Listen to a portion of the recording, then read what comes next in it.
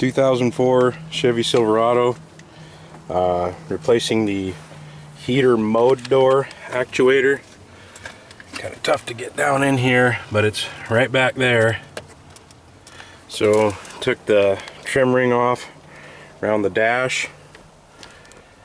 That's easy enough. You just put the steering column down and put your foot on the brake, turn the ignition on, pull the transmission shift lever all the way down to first gear, and you can just pull that off. And then down below here there's a couple of screws that go into the lower part of the dash to hold the lower panel on. You get that off, and like I say, the actuator door is back there.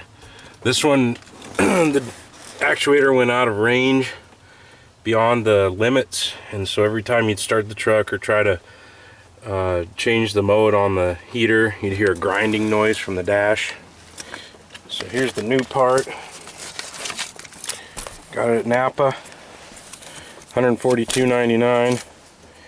Here's where it keys onto the mode door, and there's the electrical connector on this particular one. There's two different versions of this, an expensive one and a less expensive one. This is the expensive one, of course. Do not hook this up before you install it, because it'll move past range. See, there's a little notch here, and there's two stops there. If you move it, if it gets past those ranges before you install it, you'll have to take it apart and fix it before you even get it in there. So here's the actuator I took out. 5240-2598 part number, $142.99. There's the pin out on this one. There's different pin outs. This one's 1, 2, skip 3, 4, 5, 6. Of course, that's the expensive one. There's how it keys on. This is out of that range. I think they do operate out of the range when they're actually operating the heater, but I don't know. This thing was grinding and crunching and making a lot of noise. The hardest parts of this job, for one, getting your fingers and hands up in there to get to that thing. It's really tough to get to unless you have really small hands. And then the other hardest thing here is that I had to make a tool for this to get the top screw on and off. I assumed this was metric because GM's been doing a lot of metric. So I welded a 6mm socket to this piece of steel. Turns out it's actually 7/32. So if you do this job, you'll want to get a cheap 7/32 socket somewhere and weld it to a flat piece of metal.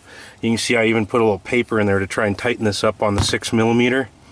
But I think maybe I'll just cut that off and weld this 7/32 on there in case I never need to do this job again. But that's the one specialty tool. You can get to the bottom bolt pretty easily with a ratchet. I just use this 1/4" ratchet and extension.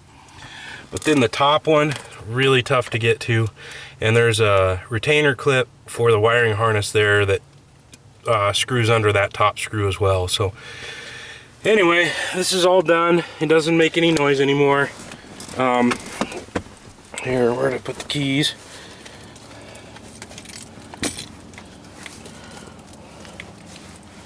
If I could find the keys. Oh, of course they're in the console. Alright, here we go.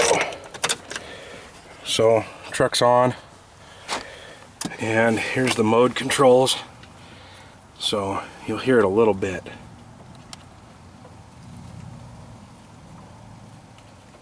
Barely hear it. I don't know if the camera can pick it up.